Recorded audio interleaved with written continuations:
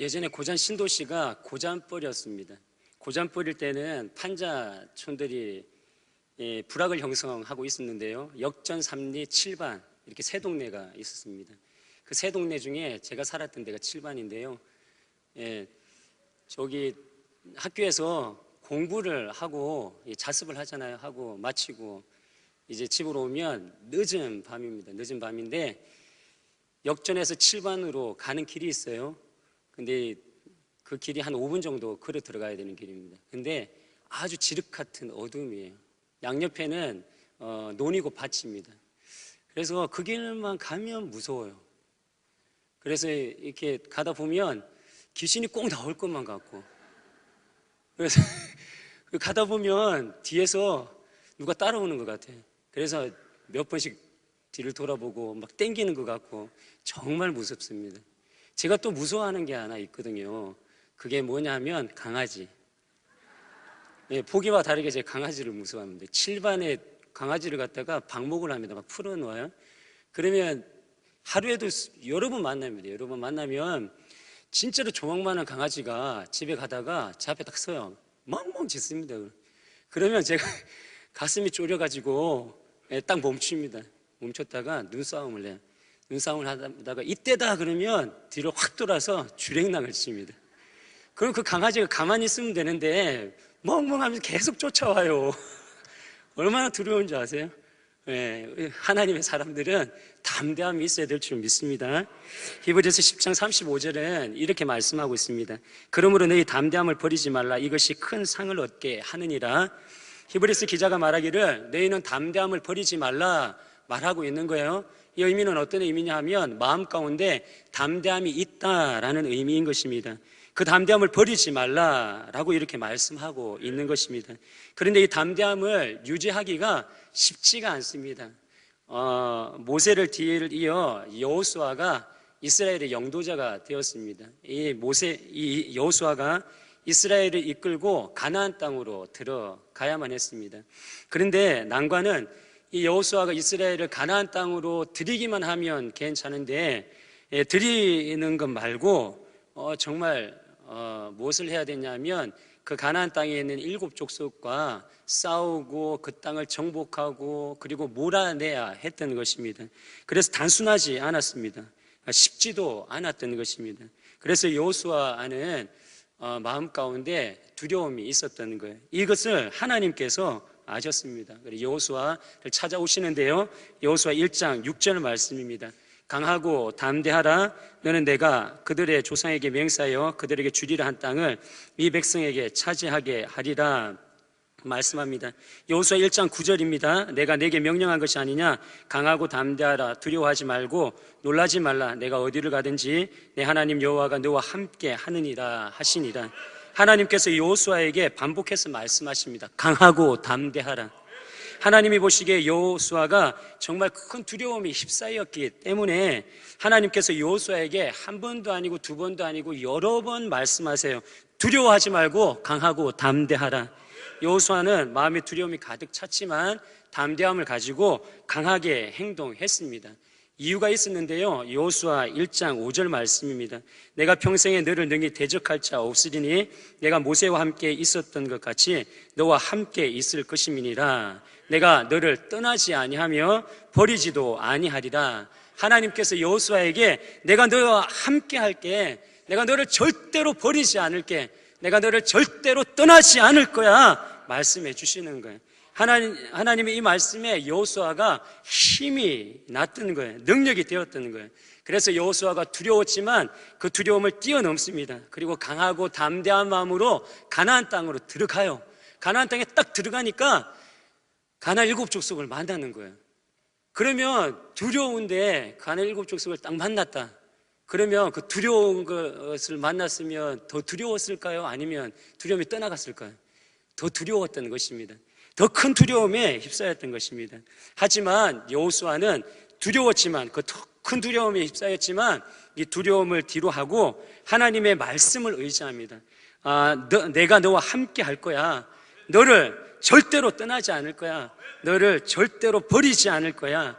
여호수아는 하나님이 함께 하심을 느끼고 가나안 7 족속을 정복하고 그리고 승리를 선포했음을 믿으시길 바랍니다. 사랑하는 성도님들, 하나님이 여호수아만 함께 하시는 것이 아니고 우리와도 함께 하심을 믿고 사시는 은혜가 있기를 주님의 이름으로 축복드립니다. 우리와 함께 하시면서 우리를 떠나지 않으세요. 우리를 버리지 않으시는 것입니다.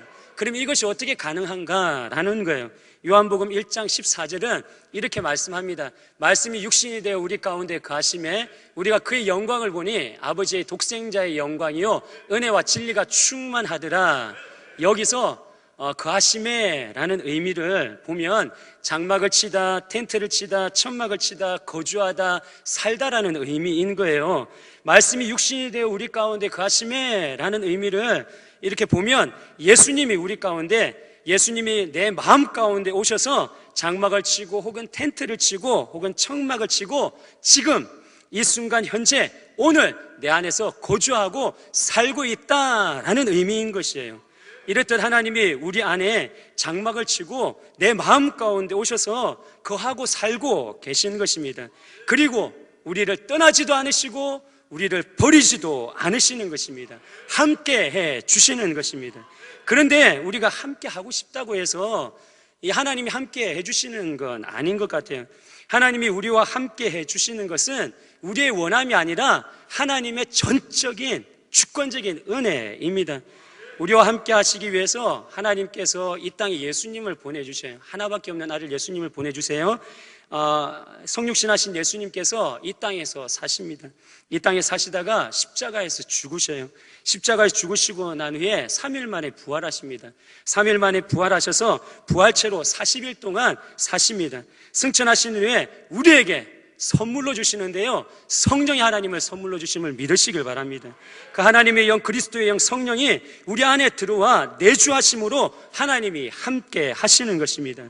하나님이 우리와 함께 하심은 예수님의 십자가와 부활을 믿는, 예수님을 영접한 하나님의 모든 자녀들에게 주시는 하나님의 주권적인 은혜인 것입니다.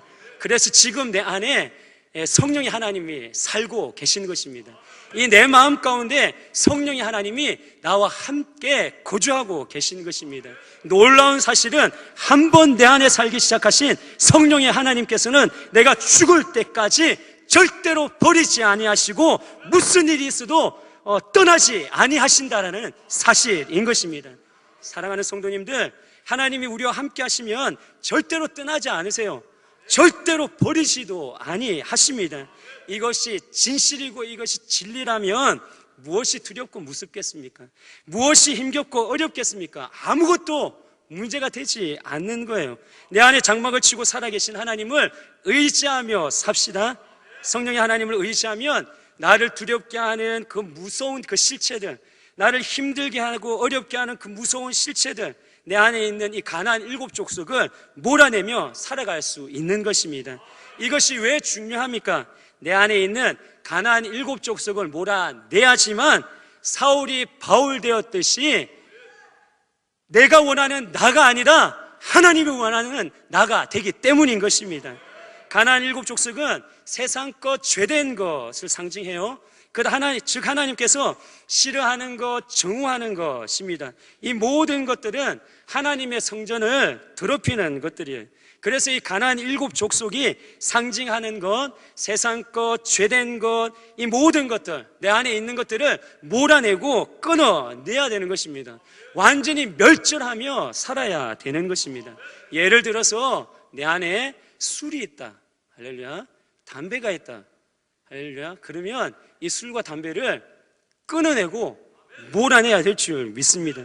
이렇게 하나님의 성전이 나를 깨끗하게 유지해 나가는 거예요. 그렇게 살아야 되는 것입니다. 우리가 세상 것이 아닌 하나님의 것이 되어야 되기 때문인 것입니다. 내가 원하는 나가 아닌 하나님이 원하는 내가 되어야 하기 때문인 것입니다. 사랑하는 성도님들, 내 안에 나와 함께 장막을 치고 살고 계신 하나님의 은혜를 갈망하십시오. 내 안에 살면서 나에게 주시는 담대함으로 세상 것, 죄된 것 몰아내고 진멸하고 끊어내십시오. 하나님께 삶의 마디마디마다 승리를 주실 것입니다. 우리에게 하나님이 주시는 이 담대함만 있으면 되는 거예요. 할렐루야. 하나님이 주신 이 담대함만 있으면 되는 거예요.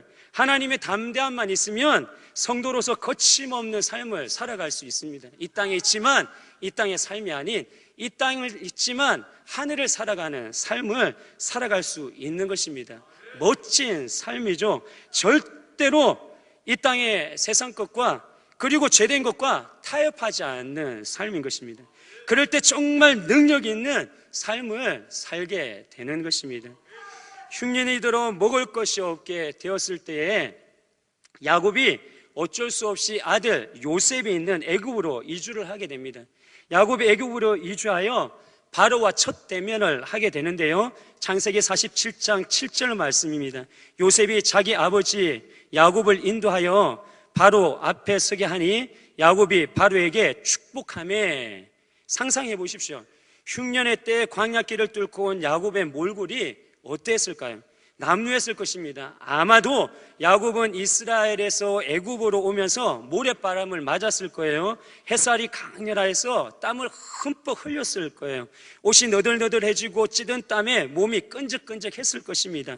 귀쾌한 냄새가 아마 야곱의 몸에서 진동했을 것이에요. 차림새가 너저분한 야곱이 지금 신의 위엄의 상징인 뱀의 모양의 장식이 있는 클라프트를 쓰고 트라이앵글 에이프런을 입고 호를 잡고 위엄있게 왕자에 앉아있는 바로 앞에 서 있는 그 야곱의 모습을 한번 상상해 보십시오.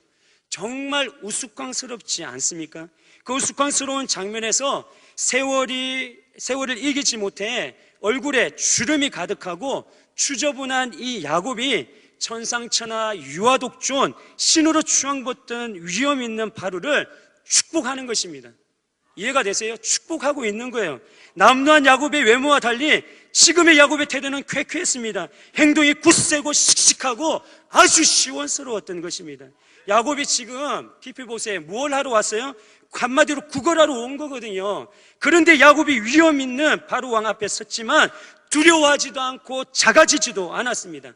당당했습니다. 진짜 놀라운 것은 바로를 축복했다라는 것입니다. 어떻게 이런 삶을 살 수 있는가라는 거예요. 출애 보이는 야곱의 심장에는 하나님의 담대함이 내재되어 있었음을 믿으시길 바랍니다. 야곱은 자신 안에 하나님이 함께 하심을 확신했던 것입니다. 초라해 보이는 야곱은 천지를 지으신 하나님께서 함께 하심을 믿어 의심치 않았던 것입니다. 그래서 두려울 것도 없고 거칠 것도 없고 정말 구걸하러 왔지만 당당하게 담대하게 바로를 축복했던 것입니다. 야곱에 대해서 신명기 32장은 이렇게 기술을 하고 있습니다. 여기서 야곱은 크게 보면 이스라엘 백성들을 얘기를 하는 거예요. 믿음의 자녀들을 다 통칭으로 야곱으로 얘기를 하는 거예요. 그런데 야곱의 시초인 이 야곱에 대해서 신명기 32장은 얘기를 하고 있는데요, 9절 말씀입니다. 여호와의 분기 쓴 자기 백성이라 야곱은 그가 택하신 기업이로다. 하나님께서 야곱을 분기시오 택한 기업이라 표현합니다. 한마디로 너는 나의 것이야, 하나님의 것이다 라고 이렇게 말씀하는 것입니다. 분기시오 택하신 기업인 야곱을 하나님께서 어떻게 다루시는가 보니까 신명기 32장 10절 12절 말씀인데요, 여호와께서 그를 황무지에서 짐승이 부르짖는 광야에서 만나시고 호위하시며 보호하시며 자기 눈동자같이 지키셨도다. 마치 독수리가 자기 보금자리를 어지럽게 하며 자기의 새끼 위에 너풀거리며 그의 날개를 펴서 새끼를 받으며 그의 날개 위에 그것을 엎는 것 같이 여호와께서 홀로 그를 인도하셨고 그와 함께한 다른 신이 없었도다. 하나님께서 야곱을 황무지에서 광야에서 만나주시고 호위하시고 보호하시고 눈동자같이 지켜주셨습니다. 그리고 높은 보금자리에서 떨어지는 새끼를 날개로 안음같이 주의 날개로 안으시고 업어서 삶을 인도해 주셨습니다. 계속해서 하나님께서 이렇게 말씀하세요. 신명기 32장 13절인데요 여호와께서 그가 땅의 높은 곳을 타고 다니게 하시며, 이렇게 눈동자같이 지켜주신 이 야곱을 하나님께서 황무지에서 광야에서 높은 곳을 타고 다니는 삶을 살게 해 주셨던 것입니다. 하나님이 주신 승리로 살아가는 삶인 것입니다. 그러니 꿀릴 것이 있겠습니까? 야곱은 당당했던 것입니다. 야곱은 담대했던 것입니다.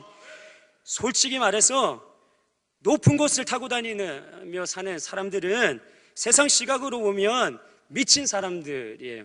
죄송합니다. 또라이입니다. 또라이. 세상 상식으로는 설명이 되지 않는 사람들인 거예요. 그래서 반면에 하나님의 시각으로 보면 정말 하나님께 미친 사람들이고 멋있는 사람들입니다. 그래서 하나님의 말씀으로만 설명되어진 이들이 높은 곳을 살아가는 사람들인 것입니다. 양화진에는 우리나라의 뼈를 묻고 잠든 선교사들의 묘가 있는 공원이 있습니다. 그 공원에 가면 25세 나이로 우리나라에 왔다가 8개월 만에 생을 마감한 선교사님의 묘가 있습니다. 류비 캔드릭 선교사인데요, 그분의 묘비에 이렇게 쓰여 있습니다. 만일 내가 1000개의 생명이 있다면 그 모두를 조선에 바치리라. 그 비문이 사람들의 가슴을, 마음을 뭉클하게 하는 거예요. 캔드릭 선교사의 순교의 마음을 세상의 상식으로 설명할 수 있겠습니까? 못하죠. 오직 하나님의 말씀으로만 설명되어지는 사람인 것입니다. 사랑하는 성도님들, 거친 인생 광야길에서 하나님은 우리를 만나 주십니다.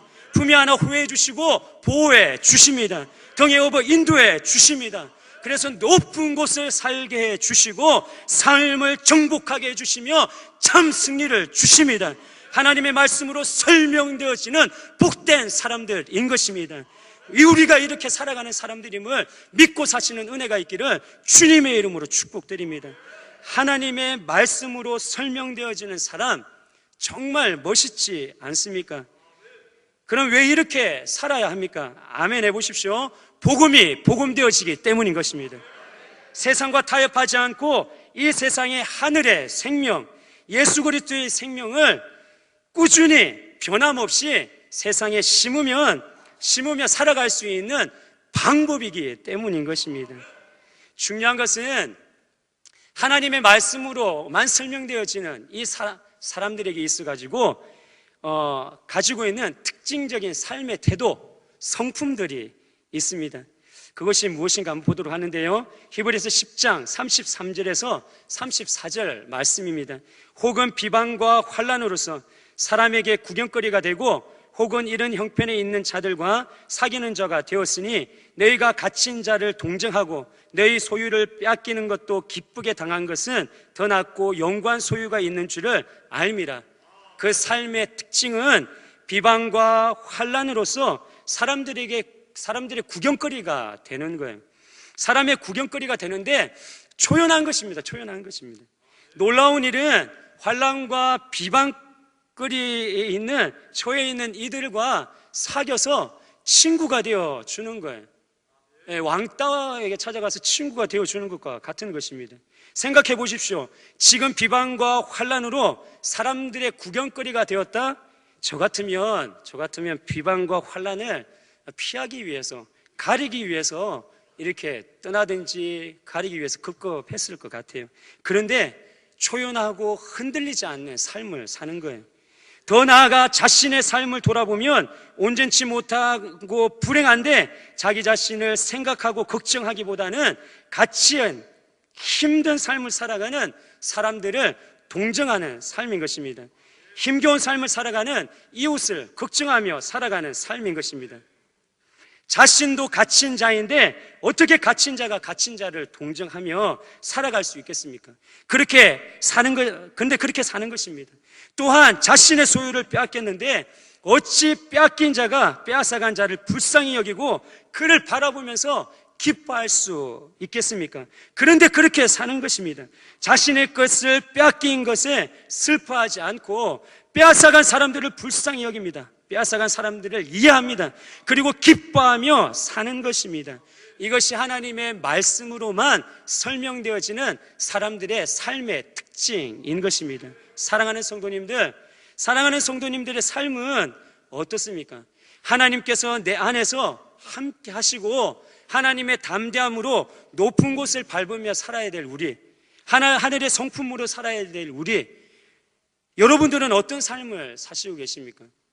예수님께서는 정말 말씀으로 설명되어지는 삶을 예수님께 사셨던 거예요. 이사야서 53장 4절은 이렇게 말씀하고 있습니다. 그는 실로 우리의 질고를 지고 우리의 슬픔을 당하였거늘 우리는 생각하기를 그는 징벌을 받아 하나님께 맞으며 고난을 당한다 하였노라. 예수님께서는 우리의 허물과 죄악을 짊어지셨습니다. 그 십자가에서 죽으시고 보혈을 흘려 주셨습니다.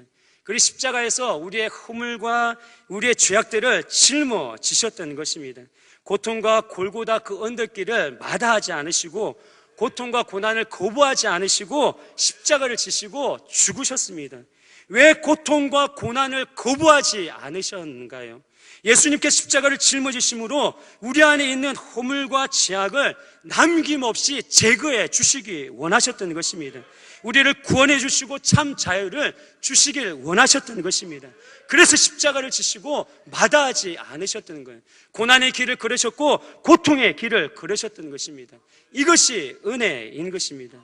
그런데 깊이 묵상해 보십시오. 십자가를 짊어지고 갈 때에 채찍질을 하면서 침 뱉었던 이가 누구입니까? 깊이 묵상하면 깊이 한번 묵상해 보십시오. 우리인 것입니다. 비난하고 저주하였던 이가 누구입니까? 우리인 것입니다. 두 손에 못 박은 이들이 누구입니까? 우리인 것입니다. 두 발에 못 박은 이들이 누구입니까? 우리인 것입니다. 옆구리에 창 찌른 이가 누구입니까? 우리인 것입니다. 이런 우리를 위해서 고난의 십자가를 짊어지기를 마다하지 않으셨던 것입니다. 그리고 이렇게 고난의 길을 걸으시는데요, 이사야 53장 7절 말씀입니다. 그가 곤욕을 당하여 괴로울 때에도 그의 입을 열지 아니하였으며 마치 도수장으로 끌려가는 어린 양과 들깎는 자 앞에서 잠잠한 양같이 그의 입을 열지 아니하였도다. 고난의 십자가를 짊어지고 가시면서 너희들이 그럴 수 있어, 나한테 그럴 수 있어, 성토할 수도 있는데 예수님께서는 입을 열지 않으셨어요. 신음소리도 내지 않으셨습니다. 달게 십자가를 기쁘게 짊어지셨고, 그리고 십자가에서 매달려 죽으시고 보혈의 피를 흘려주시고 우리의 허물과 죄를 씻겨주셨습니다. 짐승도 죽음의 자리를 알면 죽기 싫어서 발버둥 친다고 하는데 참 사람인 예수님께서는 죽음의 자리에서 어떠하셨겠습니까? 도수장에 끌려가는 어린 양처럼, 덜 깎는 자 앞에서 잠잠한 양처럼 이리 끌리면 이리 끌리고 저리 끌리면 저리 끌리면서 묵묵히 순응하고 죽음을 받아들이시는 이 모습, 모든 것을 용서하고 용납하신 삶인 것을 보게 되는 것입니다. 사랑하는 성도님들, 이 예수님의 이 성품, 이 모습, 이것이 말씀으로만 설명되어지는 삶을 살아가야 될 사람들의 모습이 되어야 되는 것입니다. 그것이 우리의 삶의 태도가 되어야 될 줄 믿습니다. 능력이 있다고 해서 떵떵거리며 살아가는 것, 성도다운 것 아닌 것입니다. 금수저로 태어나서 갑질하며 사는 것, 성도다운 것 아닌 것입니다. 정말 성도답게 사는 것은 전능자와 동등하신 예수님께서 이 땅에 못난 인간으로 와서 못나게 사는 모습처럼 우리도 못난 인간으로 이 땅을 사는 것이 성도다운 모습인 것입니다. 어떤 환경에서도 도수장에 끌려가는 어린 양처럼, 들깎는 자의 앞에서 잠잠한 양처럼 살아내는 삶, 정말 성도답게 살아가는 삶인 것입니다. 예수님처럼 모든 것들을 용서하고 용납해버리는 삶인 것입니다. 이런 삶이 말씀으로만 설명되어지는 복된 삶인 거예요.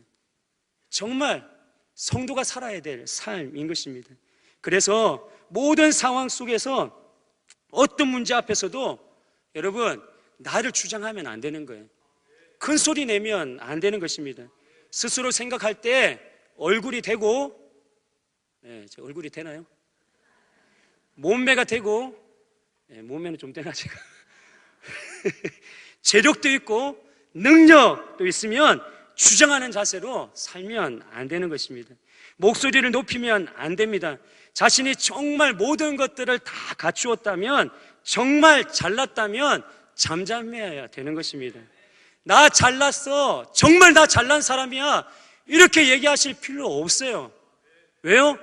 옆에 있는 사람이 알아요. 옆에 있는 사람이 알기 때문에 나 잘났어, 정말 나 잘난 사람이야, 이렇게 나를 나타내고 주장하실 필요가 없는 것입니다. 그냥 십자가에서 죽으셨던 예수님처럼 겸손히 사시고 죽으시면 되는 것입니다. 청년부 시절에 있었던 일인데요. 청년부 담당 목사님과 식사를 하게 되었습니다. 그 주간에 어떤 회의를 참석하셨는지 저에게 이렇게 말씀하시더라고요.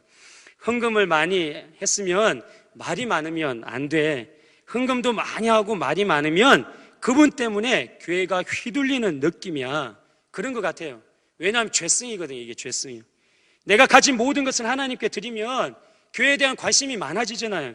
그럼 그만큼 관심이 커지다 보면 말도 많아지게 되어 있는 것입니다. 그러면서 내 뜻을 관철하기를 원하는 거예요. 그러다 보니 불협화음이 일어나는 것입니다. 사랑하는 성도님들, 많이 들으셨습니까? 많이 들었으면 많이 드린 만큼 침묵하시기를 주님의 이름 축복드립니다. 겸손히 하나님 앞에 부복하며 사시기를 주님의 이름으로 축복드립니다. 그리고 죽으며 사십시오. 그래야 교회가 내 뜻대로가 아닌 하나님의 뜻대로 든든히 세워져 나가는 것입니다. 아니 내가 원하는 대로 주장해서 내 뜻이 관철되어서 교회가 내 뜻대로 되어진다고 생각해 보십시오. 그 교회가 좋아 보이겠습니까? 그러면 딱 못난 내 수준까지 그 교회가 크는 거예요. 딱 그까지. 교회가 이랬으면 좋겠습니까? 아니지 않습니까? 사도 바울의 고백이 우리의 고백이 되어야 하는 것입니다. 고린도전서 15장 31절 말씀인데요. 형제들아, 내가 그리스도 예수 우리 안에서 가진 바 내에 대한 나의 자랑을 두고 단언하노니 나는 날마다 죽노라 말하는 거예요. 정말 자랑할 것이 많았는데 그 자랑거리 중에 나는 날마다 죽노라 하는 것을 자랑하면서 살았던 이가 사도 바울이었던 것입니다. 사랑하는 성도님들, 날마다 죽읍시다. 매일 죽읍시다. 아멘, 아멘 해보세요. 계속 죽읍시다. 쉬지 않고 죽읍시다. 끊임없이 죽읍시다. 멈추지 말고 죽읍시다. 도수장에 끌려가는 어린 양처럼 털 깎는 자 앞에 잠잠한 양처럼 벙어리가 되어 삶으로 인하여서 내 모든 것에 있어 용서하고 용납하며 죽는 삶으로 인하여서 교회를 든든히 세워나가는 복된 저희들 되기를 주님의 이름으로 축복드립니다. 하나님이 우리에게 담대함을 주셨어요. 하나님이 우리에게 또한 참 승리를 주셨습니다. 이제 우리는 비방과 환난으로 구경거리가 되어도 기뻐하면서 살아갈 수 있는 능력이 이 안에 있는 거예요. 할렐루야. 하나님이 이 안에 들어오셨고, 그리고 그 모든 삶을 이기고 승리할 수 있는 능력이 이 안에 들어온 것입니다. 어떤 환경에서도 흔들림 없이 하늘의 담대함으로 거침없이 살아갈 수 있는 능력이 생긴 것입니다. 모든 것을 감당할 수 있는 능력, 이것이 축복이고 이것이 은혜인 것입니다. 그런데 어떻게 이럴 수 있는가라는 거예요. 맞아요. 하나님이 우리 안에 들어와 계시기 때문에 모든 것들을 감당할 수 있는 능력을 주셨어요. 하나님 함께 하시기 때문에. 하지만 하나님께서 또한 이 마음 가운데 무언가를 심어 놓으시는 거예요.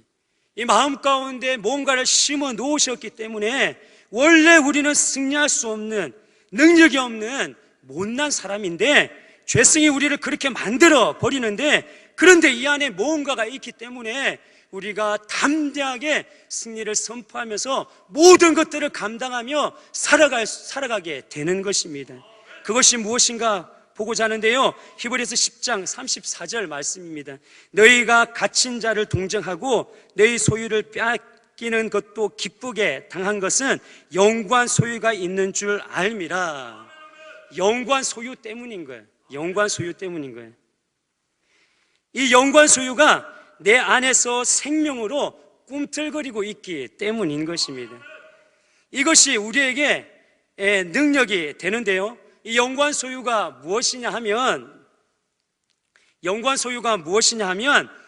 성경에 보면 크게 하나님께서 우리에게 주시는 은혜가 두 가지가 있는데, 언약과 하나님의 나라인 것입니다. 이 언약과 하나님의 나라는 예수님을 믿는 모든 사람들에게 마음 가운데 심어 주셔요. 내주시켜 주시는 것입니다. 이 언약과 하나님의 나라에 담겨 있는 의미가, 우리가 담대하게 모든 것들을 능히 감당하며 승리하는 삶을 살아낼 수 있는 힘이 되는 것입니다. 먼저 언약을 보도록 하는데요, 출애굽기 6장 7절 말씀입니다. 너희를 내 백성으로 삼고 나는 너희의 하나님이 되리니 나는 애굽 사람으로 무거운 짐 밑에서 너희를 빼낸 너희의 하나님 여호와인 줄 너희가 알지라. 구약 성경에 보면 이 구절이 정말 많이 나와요. 어떤 구절이냐면 너희는 내 백성으로 삼고 나는 너희 하나님이 되리라 라는 이 말씀이요, 언약의 핵심 구절인 것입니다. 이 언약의 핵심 구절은 신약 성경에 와서 이렇게 바뀝니다. 요한계시록 21장 7절 말씀인데요, 이기는 자는 이것들을 상속으로 받으리라. 나는 그의 하나님이 되고 그는 내 아들이 되리라. 무엇입니까? 나는 그의 하나님이 되고 그는 내 아들이 되리라.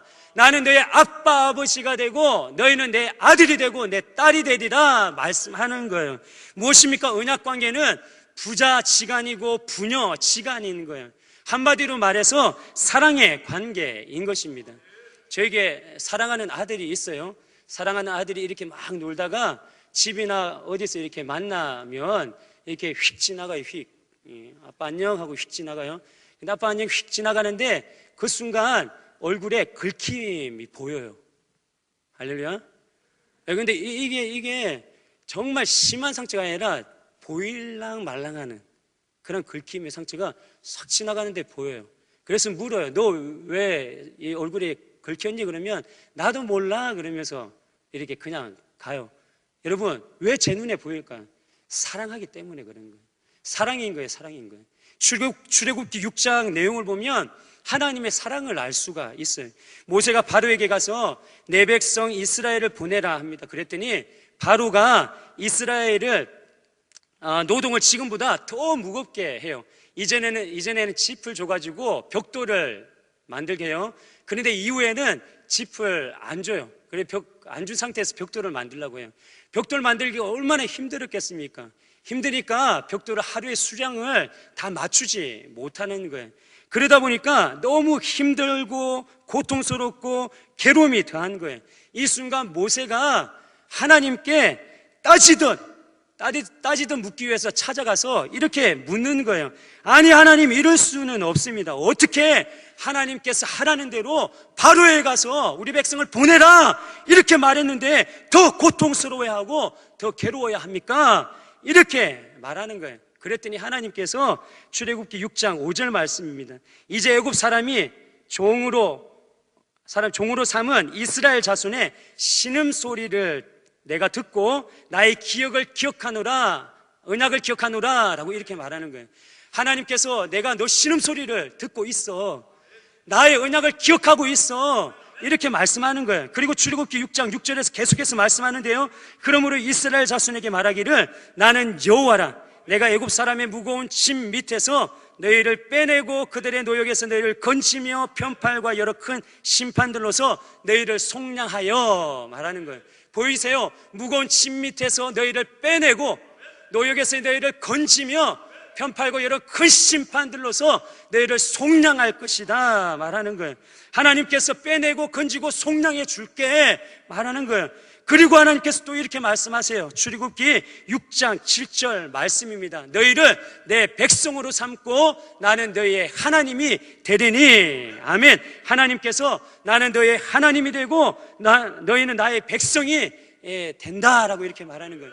내가 너의 아빠 아버지가 되어주고 너는 나의 아들이고 나의 딸이다 말하는 거예요. 하나님께서 우리에게 한마디도 이렇게 고백하는데요, 아멘 해보십시오. 사랑한다. 사랑한다. 사랑의 고백을 하고 계시는 것입니다. 하나님께서 우리를 너무 사랑하셔서 험난한 이 땅의 삶 속에서 그대로 내버려 두시지 않고 어떻게 하십니까? 깊이 간섭하시고 섭리해 주시는 것입니다. 깊은 구덩이에서 빼내 주시는 것입니다. 우리의 허물과 죄악을 속량해 주십니다. 그래서 이사야 43장 2절 3절에서 정말 우리에게 복된 말씀을 주시는데, 내가 물 가운데로 지날 때에 내가 너와 함께 할 것이라. 강을 건널 때에 물이 너를 침몰하지 못할 것이며, 내가 불 가운데 지날 때에 타지도 아니할 것이요 불꽃이 너를 사르지도 못하리니, 대저 나의 여호와 내 하나님이요 이스라엘의 거룩한 이요 내 구원자임이라. 내가 애굽을 너의 속량물로 구스와 스바를 너를 대신하여 주었노라. 무엇이 무섭고 무엇이 두려우십니까? 하나님을 믿고 담대하게 나가는 저와 여러분 되기를 주님의 이름으로 축복드립니다. 하나님이 절대로 발장을 끼고 우리를 내버려 두시는 분이 아니다라는 거예요. 정말 정리하셔야 됩니다. 하나님은 절대로 발장을 끼고 그냥 우리를 내버려 두시는 분이 아니에요. 물 가운데 불 가운데 의지를 가지고 빠져나오기 위해서 노력하면, 그 모습을 보이면 하나님께서 그 태도를, 의지적인 태도를 귀하게 여기셔서 하나님께서 수단과 방법을 가리심으로 인하여 하나님의 방법으로 물 가운데서 불 가운데서 건져내시고 속량하심을 믿으시길 바랍니다. 만약에 하나님이 팔짱을 끼고 지켜만 보고 계시고 내버려 두시기로 마음을 먹으시면 어떤 일이 일어납니까? 우리에게는 구원이 없어요. 우리에게는 속량이 없어요. 물에서 나올 방법도, 불에서 나올 방법도 없습니다. 왜요? 우리가 원래 못났거든요. 못난 우리가 빠져나오기 위해서 몸부림칠 수는 있어요. 애쓸 수는 있어요. 노력할 수는 있단 말이에요. 그런데 스스로 빠져나올 수 있는 능력은 이 안에 없어요. 이 안에 없어요. 우리가 자체가 없어요. 우리가 자체가 많이 가졌다고 부족한 것입니다. 권력이 있다고 부족한 것입니다. 해답은 하나님께서 발장을 푸셔서 우리에게 능력의 팔을 뻗어주시고 무능한 우리의 팔을 잡아주실 때에 구원이 있고 건짐이 있음을 믿고 사시는 은혜가 있기를 주님의 이름으로 축복드립니다. 언약을 통해 맛볼 수 있는 하나님의 사랑인 것입니다. 그 다음은 하나님이 주신 기업인 하나님의 나라인데요, 하나님의 나라는 일반적인 나라와 다릅니다. 구원받은 거룩한 자들만이 들어가는 이 나라인데요, 백성이 있고 주권이 있어요. 그런데 이 주권이 누구에게 있느냐 하면 하나님께 있는 거예요. 하나님께. 그리고 다스림의 개념도 달라요. 우리가 살아가는 이 땅은 땅이 이게 휴전선이 이렇게 꺼져 있어요. 다 꺼져 있어요. 그리고 그 땅을 통치하고 다스리는 거예요. 그런데 하나님의 나라는, 일반적인 나라는 그렇게 다스리는데 하나님의 나라는 통치의 개념인 것입니다. 통치의 개념. 그래서 하나님의 나라는 어떻게 통치되어지고 다스려지냐 하면 하나님의 말씀, 여기는 하나님의 말씀으로 통치되어지고 다스려지는 거예요. 하나님의 말씀으로 통치되어지고 다스려지는 그곳이 하나님의 나라인 것입니다. 이게 정리가 되어야 되는 거예요. 그래서 우리를 보세요. 하나님의 말씀으로 내가 통치되어지고 다스려지고 있으면 여러분이 하나님의 백성인 거예요. 그리고 하나님의 나라를 살고 있는 것입니다. 하나님의 나라는 행복과 기쁨과 풍요와 사명인 천국과도 같습니다. 이 천국에 대해서 요한계시록 21장은 이렇게 표현을 하고 있습니다. 4절인데요, 모든 눈물을 그 눈에 닦아주시니 다시는 사망이 없고 애통하는 것이나 곡하는 것이나 아픈 것이 다시 있지 아니하리니 처음 것들이 다 지나갔음이로라. 천국을 이렇게 표현해 놓은 거예요. 사망이 없고 애통하는 것이나 곡하는 것이나 아픈 것이 없다라고 이렇게 말하는 거예요. 궁극적으로 우리가 가야 될 그 천국, 미래적인 천국이 맞아요. 이래요. 그런데 이미 임한 현재적인 천국에서 하나님께서 하나님의 자녀들이 이런 삶을 살기를 원하시는 거예요. 어떤 삶이요? 애통하지 않는 삶, 곡하지 않는 삶, 아프지 않는 삶, 이것이 하나님이 우리를 향한 본심임을 믿으시길 바랍니다. 이 하나님의 마음이 느껴지십니까? 이미 현재 천국을 살아가는 하나님의 사람들, 하나님의 자녀들이 이 축복을 누리며 살기를 원하셔서 우리에게 세 가지를 이 마음 가운데 심어 주시는데, 요한계시록 21장 5절 말씀입니다. 보좌에 앉으신 이가 이르시되 보라 내가 만물을 새롭게 하노라 하시고, 또 이르시되 이 말은 신실하고 참되니 기록하라 하시고, 보이십니까? 내가 만물을 새롭게 하노라. 아멘. 하나님께서 삶을 새롭게 해 주신다라는 거예요. 이미 천국을 살아가는 하나님의 사람들 마음 가운데는 삶을 새롭게 할 수 있는 능력이 내재되어 있는 것입니다. 두 번째는 요한계시록 21장 6절 말씀입니다. 또 내게 말씀하시되 이루었도다. 나는 알파요 오메가요 처음과 마지막이라. 내가 생명수 샘물을 목마른 자에게 값없이 주리니. 두 번째 축복은 삶의 목마름이 없도록 해주겠다라는 거예요. 아멘. 무엇이 부족합니까? 하나님이 삶에 있어서 부족하지 않게, 목마르지 않게 내가 해 주었다 말씀하시는 거예요. 이 안에 이미 그 축복이 내재되어 있음을 믿고 사시길 주님의 이름 축복드립니다. 세 번째는 요한계시록 21장 7절 말씀입니다.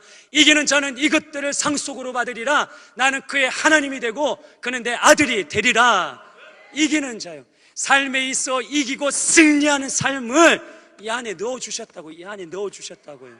이미 여러분 승리를 주셨다고요. 이미 승리를 주셨다고요. 사랑하는 성도님들, 하나님께서 지금 우리에게 말씀하고 있는 것입니다. 이 땅에서 현재적인 천국을 살아가고 있는, 하나님의 말씀으로 통치를 받으며 살아가고 있는 저와 여러분들에게 지금 하나님께서 말씀하고 계시는 거예요. 어떤 환경에서든지 내가 새롭게 해줄게. 아멘 해보십시오. 내가 삶을 목마르지 않게 해줄게. 내가 삶을 승리하게 해줄게. 언제요? 지금 현재 그렇게 해줄게. 그렇게 말씀하시는 것입니다. 이사야서 33장 16절은 하나님께서 이렇게 말씀하세요. 그는 높은 곳에 거하리니 견고한 바위가 되며 그의 양식은 공급되고 그의 물은 끊어지지 아니하리라. 높은 곳을 거하며 살아가는 하나님의 사람들, 견고한 바위인 것입니다. 심하다 때마다 양식이 공급되어집니다. 생명수 물이 끊어지지 않는 삶을 살게 되는 것입니다. 이런 말씀이 말씀되어지는 삶을 누가 살아야 된다고요? 우리가 할렐루야. 내가 살아야 된다고요. 지금 살아야 된다고요. 이미 하나님 나라에 살아가고 있는 하나님의 자녀들에게 주시는 하늘의 생명력인 것입니다. 사랑하는 성도님들, 내가 하나님의 자녀라면 정말 예수님의 생명이 네 안에 있고 하늘에 계신 하나님의 아빠 아버지고 내가 하나님의 아들이고 내가 하나님의 딸이면 여러분 지금 이 삶을 살아야 되는 거예요. 이 내재되어 있는 삶, 이 안에 있는 정말 감당하지 못한 그 사랑을 가지고 살아가는 삶, 모든 것들을 용납하고 용서해버리는 삶, 누구도 이해할 수 없는 그 삶을 살아가는 삶, 삶을 새롭게 하고 그리고 삶을 이기게 해주고 그리고 삶을 목마르지 않게 해주시는 이 놀라운 축복이 내재되어 있는 이 삶, 이 삶을 지금 살아야 된다라는 것입니다. 여러분, 이 내재되어 있는 이 삶을 정말 눈에 보이도록 살아내야 되는 것입니다. 그렇게 사는 은혜가 있기를 주님의 이름으로 축복드립니다. 그것이 보여져야 되는 거예요. 그것이 보여져야 되는 거예요. 여기 이도우가 보여지면 안 되고 하나님이 심겨주신 생명과 사랑이 보여져야 되는 거예요. 그래서 하나님이 살아계심이 보여져야 되는 거예요. 이것이 실제가 되는 삶을 살아내야 될 이가 말씀으로 설명되어지는 삶을 살아가는 사람들이고 하나님의 아들이고 딸임을 믿고 사는 은혜가 있기를 주님의 이름으로 축복드립니다. 그것이 우리인 것입니다.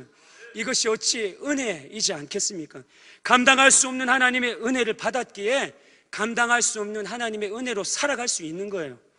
그래서 이미 획득한 승리를 가지고 우리가 삶을 펼쳐나갈 수 있는 거예요. 다스리고 정복하라 하신 하나님의 말씀이 지금 내 삶 가운데 다스리고 정복되어지는 삶이 똑똑히 목도되어지는 것입니다. 그런데 정말 중요한 것은 다시 말씀드리지만 이것이 나에게 있어 능력이 되고 실제가 되어져야 된다는 거예요. 이것이 능력이 되어지고 실제가 되어져야 된다는 것입니다. 어떻게 합니까? 먼저로는 믿어야 하는 것입니다. 믿어야 하는 것입니다. 여러분 보세요. 하나님이 주시는 것 하나님이 주시는 것 눈에 보이세요? 할렐루야. 눈에 보이세요? 아니요. 하나님이 주시는 건 눈에 안 보여요. 진짜로 하나님이 주고자 하는 것은 눈에 안 보인단 말이에요.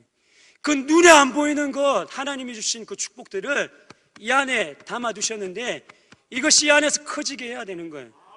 그래서 이 안에서 하나님이 주신 것이 커짐으로 인하여서 눈에 보이는 세상으로 나아가 무기 삼아 승리를 선포하면서 살아가야 될 이해가 우리들인 것입니다. 사랑하는 성도님들, 그런데 그거 아십니까? 하나님께서 예수 그리스도를 믿는 믿음의 자녀들에게 축복을 주셨는데, 이미 내재시켜 주셨는데 실제가 되어서 누리기만 하면 되는데, 그런데 안타까운 것은 이 놀라운 축복들이 믿어지지 않는다는 데 있는 거예요. 이 축복이 믿어지지도 않고 못 믿는다라는 데 있는 거예요. 이게 안타까운 현실인 것입니다. 믿지 않으면 절대로 하나님이 주신 눈에 보이지 아니하는 이 놀라운 축복들은 실제가 될 수 없는 것입니다. 그래서 아멘 해보십시오. 믿어야 될 줄 믿습니다. 믿으시는 은혜가 있기를 주님의 이름 축복드립니다. 그런데 믿는 것만으로 끝나면 안 되는 거예요. 믿는 것만으로 머물러서는 안 되는 거예요. 믿음과 함께 무엇이 동반되어져야 하냐면, 믿음이 역사가 실제가 되기 위해서는 아멘 해보십시오. 기도만입니다. 기도뿐인 것입니다. 기도를 통해서만 이 믿음의 역사가 실제가 되게 하는 것입니다. 에스더 4장 16절은 이렇게 말합니다. 당신은 가서 수산에 있는 유다를 다 모으고 나를 위하여 금식하되 밤낮 3일을 먹지도 말고 마시지도 마소서. 나도 나의 신령과 더불어 이렇게 금식한 후에 규례를 어기고 왕에게 나아가리니 죽으면 죽으리이다 하는 거예요. 에스더가 민족의 위기 가운데 있을 때에 삼촌 모르드게에게 금식 좀 해주세요. 금식. 나도 금식할게요. 그리고 내가 죽으면 죽으리라는 심정으로 왕 앞에 나아가서 내가 얘기하겠습니다 라고 이렇게 얘기를 하는 거예요. 진짜로 기도하고 난 후에 두려움을 무릅쓰고 죽으면 죽으리라는 심정으로 담대하게 왕 앞에 나갔습니다. 그랬더니 놀라운 일이 일어나는데 에스더를 통해서 유다 민족이 구원을 받았음을 믿으시길 바랍니다. 에스더의 믿음이 실제가 된 것입니다. 에스더의 믿음의 역사가 눈에 보여진 것입니다. 여기서 우리가 보아야 할 부분이 있는데요, 에스더는 경솔하게 움직이지 않았어요. 그냥 생각대로 움직이지 않았습니다. 목숨을 함부로 걸지도 않았습니다.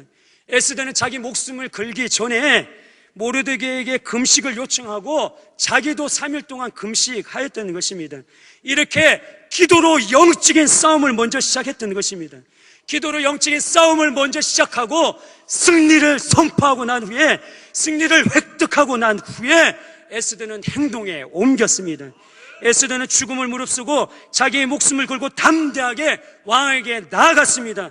믿음의 역사가 실제가 되었음을 믿으시길 바랍니다. 믿음의 역사가 실제가 되는 것은 하나님의 담대함으로 나아가기 이전에 기도였습니다.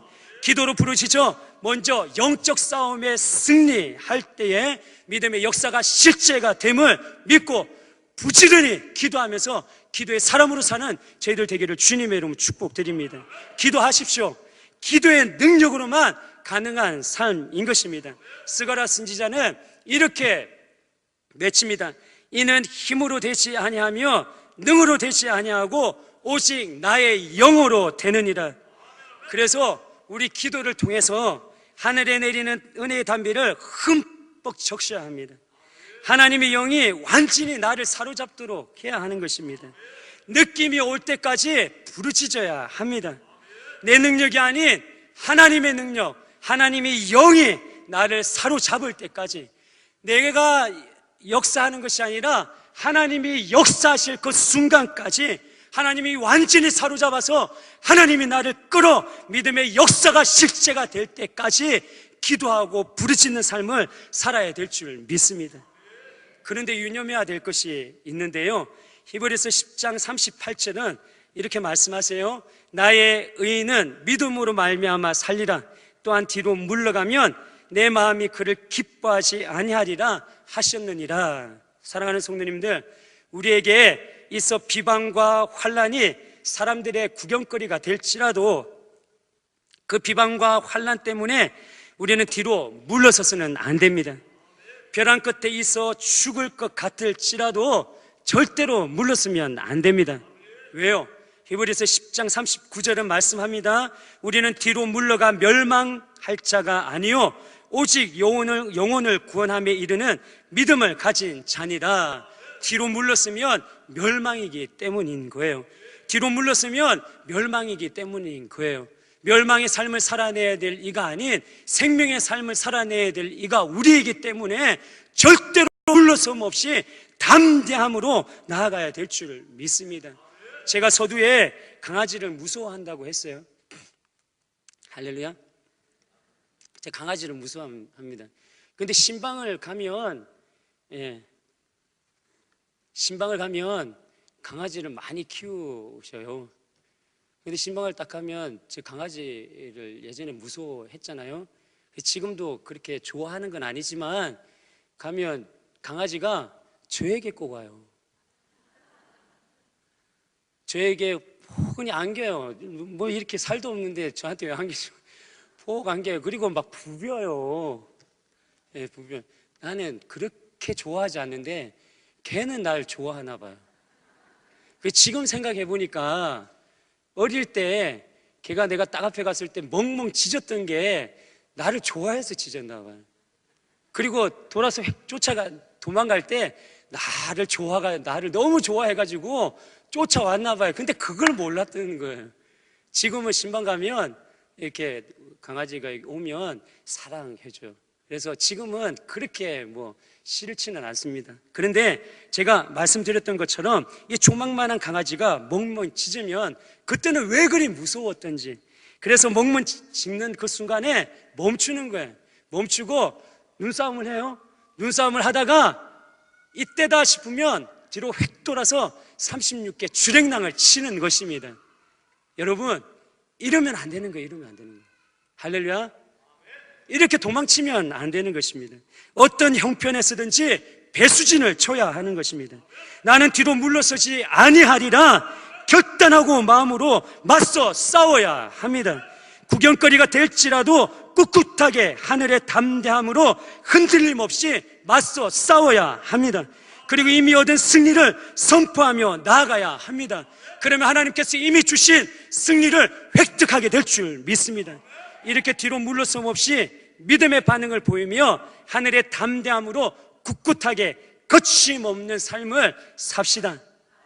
바벨론의 심한 핍박과 압제로 인해 극심한 고통 가운데 살았던 이가 하박국인데요, 창자가 흔들리는 삶을 살았어요. 너무 힘들어가지고 입이 떨리는 삶을 살았습니다. 초속까지 떨리고 자신을 죽이려는 무리 때문에 뼈가 썩어 들어간다라고, 이렇게 근심 속에 살았다라고 이렇게 표현을 합니다. 환난이고 고난의 삶이었습니다. 그런데 이 하박국이 배수진을 치고 물러서지 않는 거예요. 그리고 하박국이 이렇게 노래합니다. 우리 함께 찬양하도록 하겠습니다.